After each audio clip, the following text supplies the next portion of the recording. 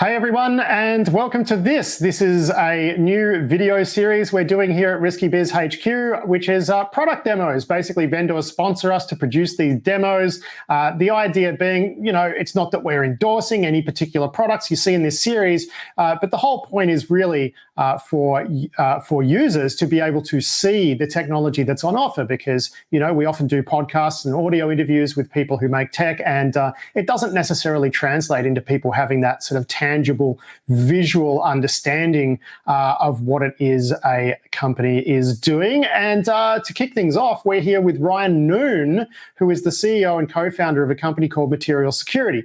Now, they are an email security company, but it's not email security in the way that we kind of think of it, which is a terrible way to introduce you, Ryan, but perhaps you could enlighten our listeners with your most succinct and best 60 to 90 second pitch of what it is you do over there at Material Security.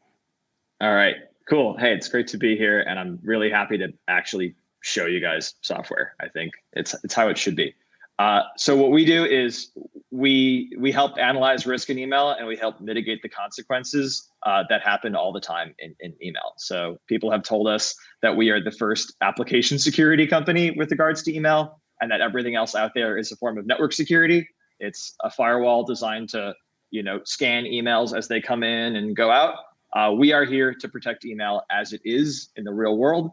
And we can do this because in the last couple of years, everybody switched to Office 365 and Google Workspace, and they have a bunch of really powerful new APIs that allow our technology to exist. So thank you, Google and Microsoft, for consolidating your business on the cloud. But look, let's get right into the demo, right? Because, this isn't a commentary series.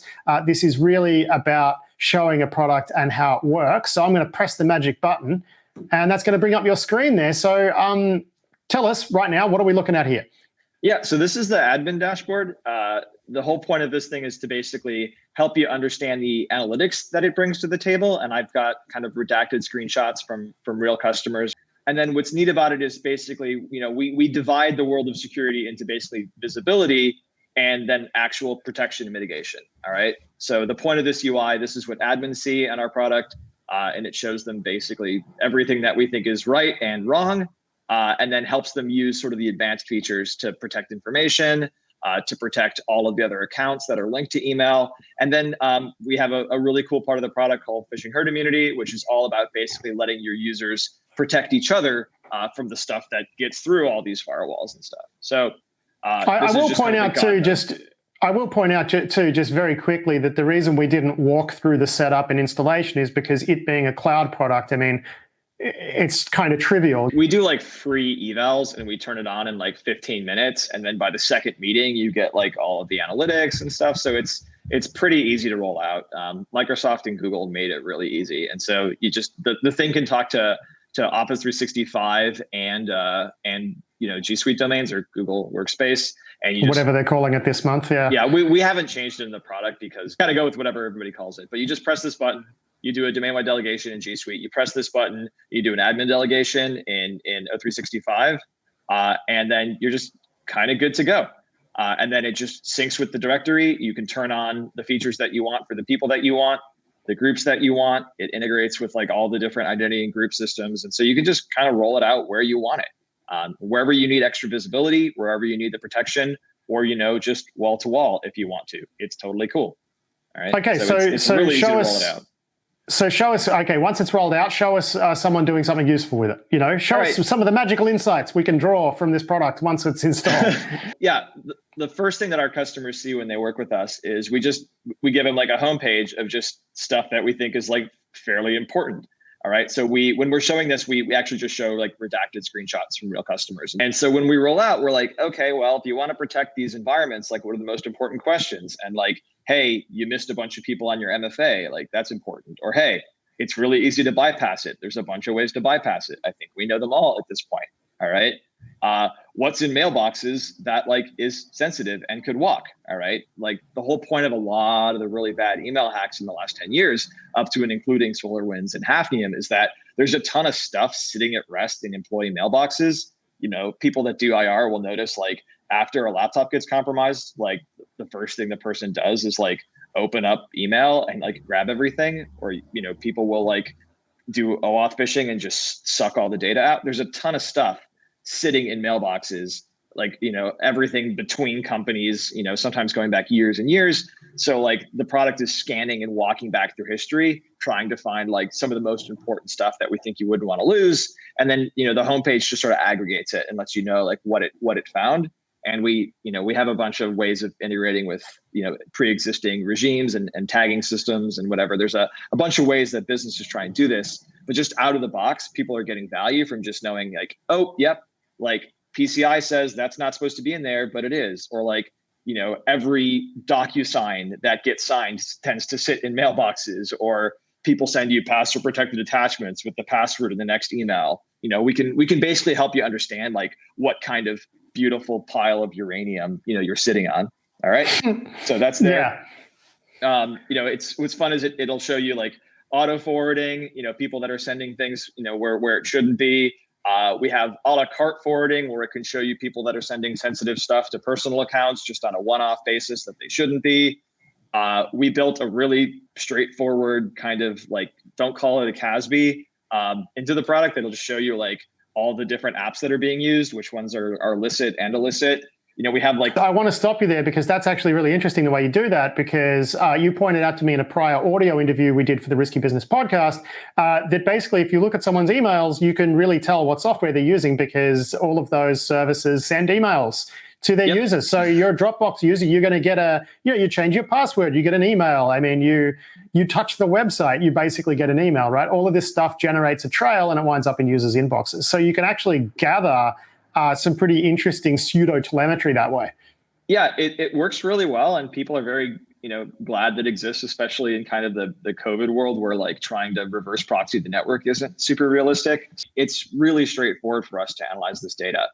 We build every customer their own instance of the software, and the infrastructure that this data is crunched on, is accessible to our customers. Like the last slide that we show here, and we're talking about the analytics, is just like, hey, if you've got the right roles in the system, we'll give you direct access to the data warehouse, and you can go and query it for whatever you want. Like we have customers that like have data science teams and stuff on this. So if you want to go and be a security data warehouse, like you can that just sort of comes with a product. I don't want to show too many non-producty slides, but the point is the base tier of the product is like what's going on, what's in mailboxes, even just basic like search across like every tenant, depending on the roles that you've got. I can just like run a query across billions of emails across multiple email tenants from both Microsoft and Google, and just see what's up. And I can poke into it. I can make stuff go away. Like this seems boring, Pat, but like people are like writing PowerShell scripts at like 4 a.m. to do this sometimes, like you want to know like whether this person has read this email yet, like cool, you can do it. You can make it go away. You can go and check the HTML preview if you need to, right? So just there's just simple meat and potato things that were in our base tier. And then where it gets wild is like, yeah, do you want like, like pub subtopics and a data warehouse and like, Lambdas and cloud functions on like your most important corporate infrastructure, even outside of email? We're totally cool with that. All right. So just one thing I want to ask. Yeah. Just one thing I want to ask at this point. Now, in order to do all of this, these analytics on this corpus of mail information, you do need to, you need to be storing the mail in your software. Is that correct? You build a new tenant for everyone, but the data is with you, right? So customers need to be aware that their data will exist not just with Microsoft or Google, but also with you. Yeah. So this is really important. And so I want to make sure we cover it well, but like, how if you have a credit card, you can go to AWS and get a whole new AWS account. You can have as many as you want. Like that's what we do essentially automatically under the hood per customer. And that means that each of our customers really that's not just some like you get to manage your own key shenanigans like top tier SaaS does nowadays. It's really an independent copy of our infrastructure that we'll build and maintain for you. But the cool thing about it is you can have access to it too. You can pen test it, you can audit it, you can hook it up to your SIM, you can cut us out of it if you want to. So essentially, modern public clouds are so like API friendly and so commoditized, frankly, that you can kind of treat the entire cloud environment as an appliance. And that means that like the customer can press a button and we turn into an on-prem threat model instead of a cloud threat model. It's like, it's so handy to be able to do that. And that's part of why we've been able to work with like, you go to our website, like the customers pages, like it blows my mind that like we've managed to work with these teams. So like the most paranoid people in the world trust us because we don't ask the same level of trust from them as every other SaaS vendor, or like trust. Well, I'm guessing most people are going to just say, okay, yeah, spin it up in AWS, whatever. But then there's some people that for regulatory reasons are going to want it on-prem, and it's nice that you can do that. So look, we've walked through the base analytics. What's next in our material security journey, right? Yep. No, I mean, and our philosophy is always like, you can't mitigate what you can't measure. So like we always use the analytics to help people explain where they need different parts of our product and where they don't. Like this one, for example, tees directly into one of the add-ons that I'm going to show in a second, because when somebody breaks into your email, like they go and like they impersonate you, all this other stuff, but they also just do simple things like go and press the I forgot my password button on everything that they possibly can, right? And that means that they can spread laterally from email, and then you're never going to get them out. So what we're doing here in the analytics is just showing you, hey, in the environment that we're connected to, what are all the things that have done password resets in the last year and how many of them? And it basically shows you all the things where either you didn't roll out SAML, or like they don't support SAML, or SAML's misconfigured, or there's exceptions in the software or whatever. And so we're always like, we try to be like one of the good guys, frankly, and just say, hey, here's what's going on. What would you like to do about it? Like when we're showing you like auto forwarding, you can press the button and make it go away. When we're showing you sensitive information, you can press the button and turn on the leak prevention feature that I'm going to show you in a second. It's always about giving people something to do about it. We have a tension that we think is very healthy between what you know and what you do about it. And most security products are either like big, scary analytics things or like a big, incredibly complicated control that you don't know how to use. And so we really just try to be like one of the good guys in all these things. And even things like third-party analysis, like this could be its own company. But because we know, what information is sensitive when we show up and scan these environments, you can figure out where it's going to and coming from to understand like what are the most high risk third parties that if they get compromised, I'm in deep shit, And so you can basically, because like with email, both sides get a copy when you send one, right? So you can actually figure out which organizations are most important to me from an exposure standpoint, and then which ones are actually incredibly high risk, because you could figure out like, hey, these people are super easy to spoof. You see it, bad DMARC setup. You see them in public data breaches. You can figure out which ones are still using old versions of on-prem Exchange even after Hafnium. Like you can do a lot just by analyzing this stuff. And so we actually have like full, the kind of poor man's CASB or whatever is in the product now. You can just use that. The third-party risk analysis is in the product. Like, are we some form of security scorecard company? Like, no, but like it's useful. And so we just do it for folks. And it's really easy to just build this into third-party risk management programs. So these are all kind of just part of the base tier for us. All right. And so where it gets really wild is the things that you can do on top of that. And that's where I'd love to click okay, so now we get to continue our journey, right? Yes. All right, cool. So we have this philosophy with the product, which is, what are the things that somebody does after they compromise email? And, you can read about this in Risky Biz. If you're worried about like the, millions of things that you've got in like your email account walking away, and which ones are sensitive because you've got a fancy analytics product, then what you can do is actually something we call leak prevention. You just go and you turn it on for a given mailbox. You say, hey, I want to have this feature on for this person. I want leak prevention enabled. You hit it. And what it does is now if I go into this guy's mailbox, it puts a sensitive label in, and anything that we think is sensitive, it puts that label on. And there's the Microsoft equivalent for it too. I'm just showing Google. And so then, like what it's doing is it's basically tagging. And what's really cool is now look at this, like in this demo, like I'm the bad guy, right? Like I broke into this person's mailbox and it doesn't matter how. Like there's a classic Brian Krebs post that's like, the value of a hacked email account or whatever. And it's just all the things that you can do once you get inside. All right. And so that's kind of what inspired like the really hardcore advanced tier of our product. And so for example, if I'm in here, there's a ton of stuff going back like, like years. And so if I open this one, what we did is actually after it's been in there, for a couple like days or weeks or months or after you've archived it, however you want to set it up, you can actually modify emails at rest in Cloud Email. All right. It's not a thing that most people understand. So this email was delivered with like a password protected zip file or a password protected PDF on it. All right. And then the password is in the next email because like humans are horrible. All right. So if I compromise this mailbox, like the fact that you put a password on this one is it's just telling me where to look. Right. We look for lots of different kinds of sensitive data. Right. Remember what I was showing you before. Right. There's tons of different kinds of stuff that we look for. And then obviously users can tag stuff, admins can tag stuff. You can have custom data types that you can build. I think what you're getting at is you can start automatically redacting some of this sensitive stuff so that if someone does access the mailbox, they can't get that password that came in the next email unless they hit that retrieve button, retrieve message button that we see there on the screen. And then I'm guessing that's going to lead to an MFA challenge and, very sad attackers.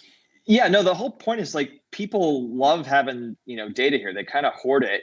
But like, if you get into this session, you're dead meat, right? Like there's either, you're either out or you're totally own them, right? There's no like zero trust segmentation here, right? You're just dead meat. And so if you have a test that's really easy for the good guy in your threat model and really hard for the bad guy in your threat model, then now is the time to use it. And so like you said, some of the most, some of our favorite integrations here are just things that your users already got, right? You can do like, WebAuthn, you can do YubiKeys, you can even just hit like MFA platforms that users have already been trained on. Like I just did a Duo push here and it's got the cool new Duo app. And it says, hey, did you mean to retrieve this message from this person? If someone says no, then it's like a canary, like the bad guy got greedy and you can like kick them out, right? But if someone says yes, then like what's cool is you can just rewrite the whole thread and like put the data back in. All right. So you can give people this information. And look, I just rewrote it. And then in 2 hours, it'll go away again. There's more to the product I'd love to show you. And there's a bunch of different variants of this, depending on what exactly you're worried about. But the long and short of it is just try and protect the data inside email with this part of the product. The point is don't retrain your users, but don't leave all this data exposed. And even if you have some like draconian 1-year deletion policy, like that's a lot of data to walk away if somebody gets in, and someone will figure it out. Hopefully not even like, an employee. So I'll move on. But the natural kind of sequence here is like, well, hey, while I'm in your mailbox as a bad guy, I see this thing, right? And I'm like, oh, wow. That means like you've got a box account. So remember, like the internet is kind of cobbled together over 40 years. And much of the internet works under the principle that if you have access to my email right now, then clearly you are me. And so what you can do is just, well, I'm going to go and hack this guy's email. I'm just going to reset it. It's like pretty boring. All right. And so then you wait for, if I'm the attacker in this case, I'm waiting for my box password reset email to show up, and I've owned you, like you're dead meat. All right. And so as soon as that comes in, what happens is you get an email from us instead. And it says, hey, did you mean to reset your box account? Like super cool. This might be shadow IT. It's not set up with SAML evidently. Right. And so if you just say, yeah, it was me, then we can use like the same test that you set up in the other case. And there's it's funny that you keep, the Duo push integration makes a lot of sense. And there it is, right? The Duo push integration makes a lot of sense, but it's just so funny when, I've known pen testers and red teamers that when they try those SSH creds and then they see the Duo push line, they're just like, oh, there's been a Duo push. They just know that they've been rumbled by the admin who's, just got a Duo push for a login they didn't do, because it's just such a clear signal. Duo push applied here is going to make some people cry for sure. I mean, and the cool thing is there's a lot of different ways to do it. You can say, well, what device are you on right now? What network are you on right now? Where are you coming from? One of my favorite things that we do is you can just hook us up as a custom SAML app in the SAML providers, and you can come up with whatever policy you want. Because like SAML is not just for logging in; it can be a fantastic challenge mechanism as well, right? So it's like really easy, or interesting to see the things that customers kind of come up with here about this, but. The whole point of the product is to kind of show you, hey, this is what it's doing, right? This is where the coverage is coming in. Here are the apps that we're protecting. right? And it's straightforward. Like we make it easy for people. All right. Well, and it's also probably worth pointing out at this point in time that BEC fraud results in bigger monetary losses than ransomware, right? Ransomware gets the attention, I think, deservedly so, due to the disruption side of things. But BEC is a great way to lose money. Yeah. No, there's it's like bank robbing is hard. Like stealing from people via email, that's easy. Now, Ryan, I believe you're going to show us the phishing herd immunity feature of the product, and this is the last part of the demo. So walk us through it.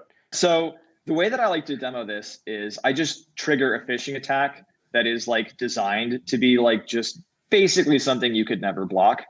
All right. And it's based on one of our early customers, used to run security at Square, and now he's at Gusto. And they got like some attack once that was like a movie premiere for a popular new movie. And so in this attack, like it's targeted at the company. All right, cool. Plenty of people do that. But the payload on it is like fairly high reputation domains, right? You click this one, it's a Google form, right? It's a URL shortener, but it's actually just a Google form. So if you have this is another thing. This is why attackers love compromised M365 accounts, because then they can put everything into Microsoft's what is it? Not G Drive. What do they call theirs again? OneDrive. OneDrive. Yeah. Yeah. So OneDrive malware, because it's a high reputation domain, right? So yeah, nice. But then this thing, like so any of the scanners are gonna look at it and they're gonna be like, well, it's a pretty high reputation domain. It's a Google form. But then it'll have like, it'll want your personal phone number so they can phone port you. And then it'll want your personal email. Because remember, all the email scanners only work on the work email. But if people are signed into their personal email on the same machine and you hit them with malware, then like you're going to get the endpoint. You have another shot at it. So like all of the like proxy email firewall stuff ignores the fact that people have at least 2 accounts and want to access them all the time on all their computers, which is something I could talk about at length for a while. But the point is, this is pretty bad. You don't want the bad guy learning everyone's phone numbers so they can go to the Verizon store. And you don't want the bad guy getting everybody's personal emails as if they don't already have them. But we made this even worse. We put malware in it, but the malware is in a password protected zip file. And you can do some like basic social engineering to get people to open it and decrypt it. And you can literally put like virus.exe inside, and like you can't scan it because it's encrypted. But like users will say, oh, wow, there's something valuable inside the zip file. And so like they'll just go and decrypt it handily and then just own themselves. All right.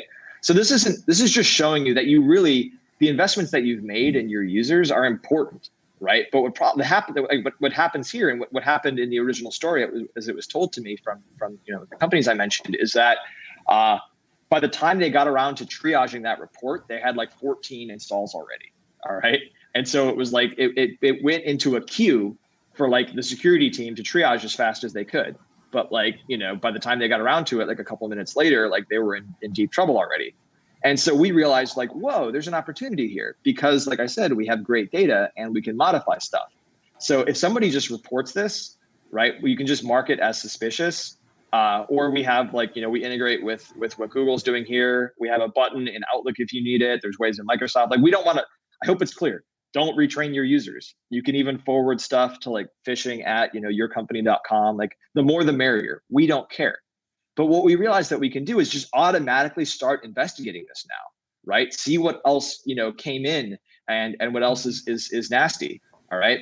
And so when you do that, you can just see the thing is automatically investigating. It's looking for, like it's showing the reports and it's doing the investigation. All right. So it's saying, hey, this thing came in. There's the Anakin Falls. And it's constantly looking for other instances of the same attack. All right. And so here, it will actually just kind of build up the incident for you. And what's cool about it is it's looking for the same thing in other mailboxes. And it's doing something pretty smart out of the box. So it says, hey, here's the report. You can do your investigation here. Great. You can see the plain text, or that you can see who's opened it, whatever. But what's cool about it is it also finds the similar stuff. All right. And so when I go, because I noticed when you had the list there that there was a similar Star Wars themed phishing attempt in there. Yep. We have this instance set so that it doesn't mash them together, so that the Star Wars ones are all separate. But like, obviously it's the same attack, and in vivo, they're all, they all cluster together. But the point is, you're kind of doing what the analyst would do anyway, but you're doing it automatically. And then what's cool is you can actually do a default remediation. And so what that means is, so if I'm some other person and I also got this attack, when you go here, you'll see this, right? And what you can do is try and fall for it. And it'll say, hey, somebody else reported this thing as suspicious, right? It was delivered. Oh, that's nice. Fangs out. But now, like, you have to actually, we have this set. Because you're doing the link rewriting. Okay, because I just had that moment of like, how did they do that? And then I'm like, oh, okay, because they rewrote the link in the original message. But you can do the attachments too. You can also rewrite the attachments, which is really fun, right? You can turn the attachments into canaries. And then, what's neat is you can't, like, this is just because of that report, right? It's automatic. It's within 10 seconds. Just based on stuff that users are telling you. Well, and that makes sense, right? Because it just adds another signal to the user, but it doesn't completely prevent them from clicking through if they know it's good. Right. You by default, you can't actually block this just because of similarity, but you can speed bump it. All right. Yeah. And this will actually snap users out of it. What research shows in psychiatry, there's actually a psych research here. It's that if people are like in a hurry or they're busy, then like they're dead meat. They have no chance. But if you kind of give people like, hey, like, be careful, right? Somebody else reported this, like right now, the thing you just did, then like you actually have a pretty good chance of protecting people without like creating more work for the security team. All right. And then security can come in here at their leisure and they'll be able to say, yeah, okay, cool. Yeah, this one was fine. No, it wasn't. But what's cool is you're also getting the data on who would have clicked on it. Right, we have all of that data. Yeah, and then you can figure out your special users, I guess, is yes. the nice way to say it. And you can even train on it too. You can say, all right, well, I'm going to block them now, and then I'm going to say, ask benefits in Slack about future corporate events. You crazy click person, all right. And then now the next time someone tries to fall for that, they'll actually get trained as if it was a simulation. Right, you're using the real ones instead of the ones that you have to do like an allow list through like Microsoft and Google and Proofpoint and whatever. Right, like the phishing simulation just sends you old stuff, and so we've called this herd immunity since well before COVID. We actually have a patent in this at this point, and patents take a while. And the point is like basically, at scale, like people in the company can actually protect the company, right? That like, but you're never going to get everybody, right? When you do the simulations and you look at the data, you realize that like some people are just somewhat irredeemable, but they're basically immunocompromised, right? All the analogies make sense, right? You can take the real email here and you can defang it and heat it up and turn it into a killed virus vaccine, right? And you can actually like, use this information to replicate it more, right? So you can, one thing we're actually doing now is if like only 2 people got this, but you wish 500 people had, then you can do that as well. You can templatize it and turn it into a real attack based on this. You can take the real stuff and throw it at everyone, but defang it. I get it. Yeah, no, that's cool. Well, Ryan, that actually seems like a pretty good place to leave the demo. Thank you very much for joining us. Yeah, this was a ton of fun. Thanks for having me, Pat. And of course, that was Ryan Noon there from Material Security. There is a link in the description below, or you can just type material.security into your browser. My name, of course, is Patrick Gray, and I do hope you've enjoyed this product demo, and I'll see you for the next one.